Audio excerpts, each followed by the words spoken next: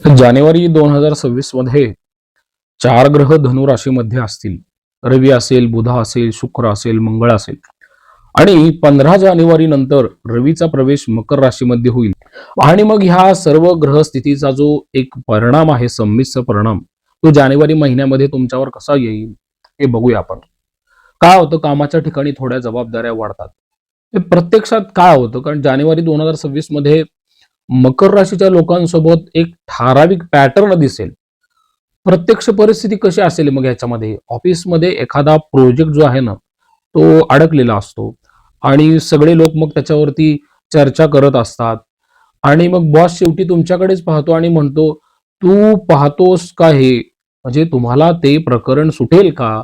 तो प्रॉब्लेम सुटेल का?"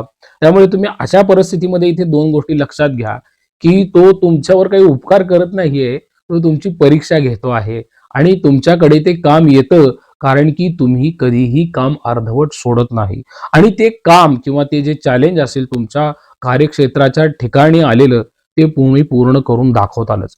तुम्ही काही ड्रामा करत नाही हे सगळ्यांना माहीत असतं आणि तुम्ही होईल असं सांगून गायबही होत नाही. म्हणून तुम्हाला इथं मी असा प्रॅक्टिकल सल्ला काय देतो ह्या महिन्यामध्ये, की हे माझ्या कामात येत नाही असं काही तुम्ही म्हणू नये. एक गोष्ट तुम्हाला जर हवी असेल तर तुम्ही लिहून ठेवा. कारण पुढे त्याचं क्रेडिट जे आहे ना, ते तुम्हाला भविष्यात मिळेल.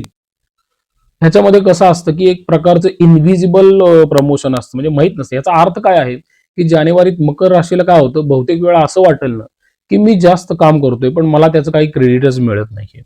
मला काहीच मिळत नाही आणि ह्याचं कुठेतरी एक नैराश्य जे आहे, ते गेली 2 वर्ष त्यांच्या मनामध्ये आहेच.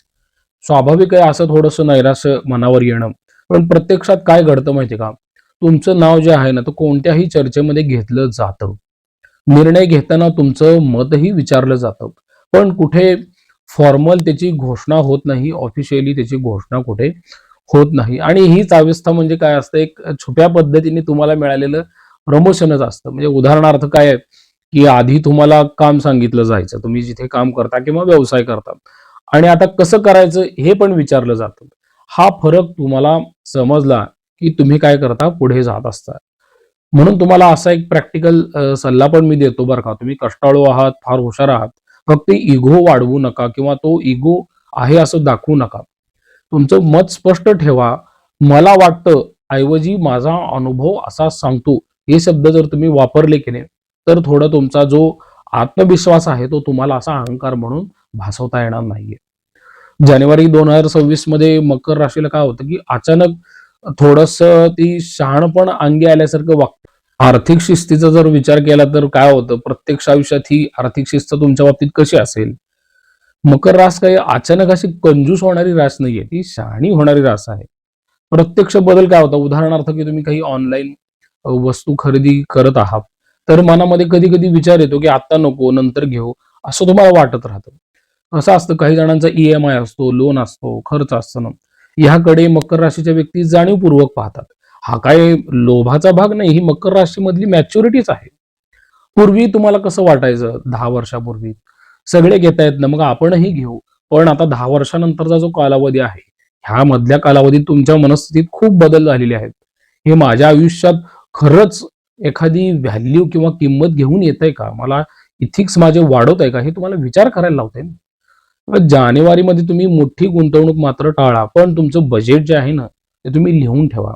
हे बजेट फेब्रुवारी, मार्चमध्ये तुमचा आधार बनणार आहे. त्यामुळे बजेट व्यवस्थित लक्षात ठेवा. घरात तुमचं वजन वाढेल बरं का. म्हणजे काय होतं, की मकर रास घरात जास्त बोलत नाही. पण निर्णयाच्या वेळी त्यांचं नाव घेतलं जातं, त्यांचा सल्ला घेतला जातो आणि मागील 10 वर्षात तर फार होरपळून निघालेली रास आहे ही. त्यामुळे ह्यांचे अनुभव फार कडवट आहेत आणि सत्य आहेत. त्यामुळे यांच्या अनुभवावरून पुढे कुणाचंही कल्याण होऊ शकतं. म्हणून मकर राशीच्या वेळी व्यक्तींना घरी प्रत्येक वेळी असं म्हटलं जाईल, की त्यांचं मत काय आहे ते विचारात घेऊया आपण. याचा अर्थ असा झालाय मित्रांनो, की तुम्ही अनेकांचा विश्वास संपादन केलेला आहे. त्यामुळे तुमचं मत जे आहे ना, ते सुद्धा एक स्थिर मानलं जातं. त्यामुळे तुम्ही आता सल्ला देताना काही भावनिक राहणार नाहीयेत. तुम्ही पुढच्या महिन्यामध्ये का असेना आणि पुढे सुद्धा तर्क मांडताल आणि त्या तर्कावरून तुम्ही सल्ले देताल.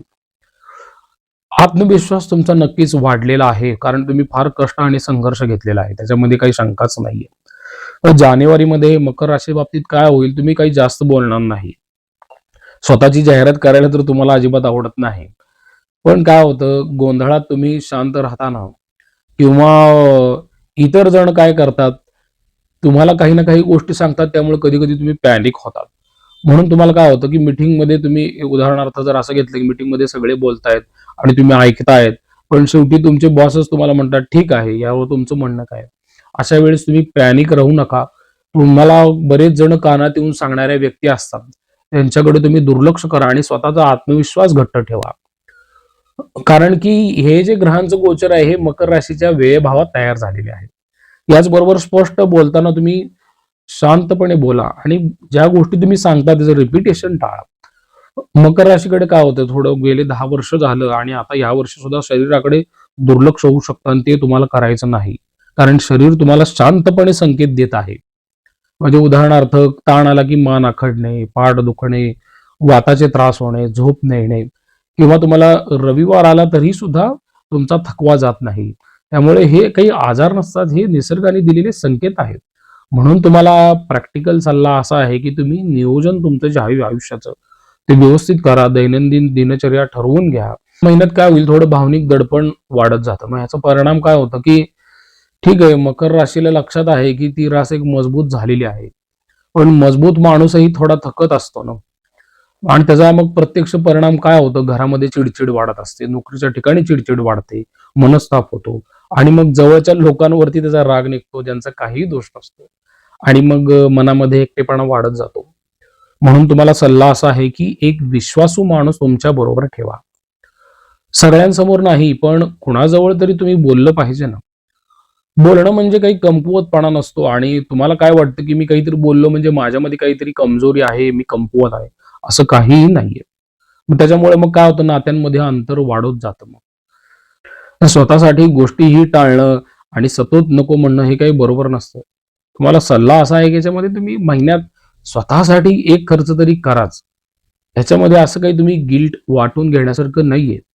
त्यामुळे जानेवारी 2026 मध्ये काय होतं, की मकर राशीसाठी तुम्हाला मी 3च प्रश्न विचारतो बरं का आणि ते तुम्ही दर आठवड्याला स्वतःला विचारा, की मी माझ्या शरीराकडे लक्ष देतोय का? मी सगळं एकट्याने ओढतोय का? आणि मी जे करतोय ते दीर्घकालीन आहे का? ह्यापैकी 2 उत्तरं जरी तुमची हो असतील ना, तर लक्षात घ्या मकर राशीच्या या व्यक्तींनो, तुम्ही योग्य मार्गावरती आहात. म्हणून प्रत्यक्ष आयुष्याला लागू पडणारा निष्कर्ष काय असेल? जानेवारी 2026 मकर राशीसाठी काही कठीण नाहीये. तो एक प्रामाणिकच महिना आहे. तो तुम्हाला काही देत नाही, जे तुम्ही पेलू शकत नाही आणि तो काही घेतही नाही, जे तुम्ही गमवायला तयारही नाही. म्हणून काय होईल मग वर्षाच्या शेवटी तुम्ही जर मागे वळून पाहाल आणि म्हणाल ना, की मी वेगाने आलो नाही, पण शहाणपणाने यावर्षी चालत आलो. आणि मित्रांनो, मकर राशीसाठी हेच तर खरं यशाचं चिन्ह आहे.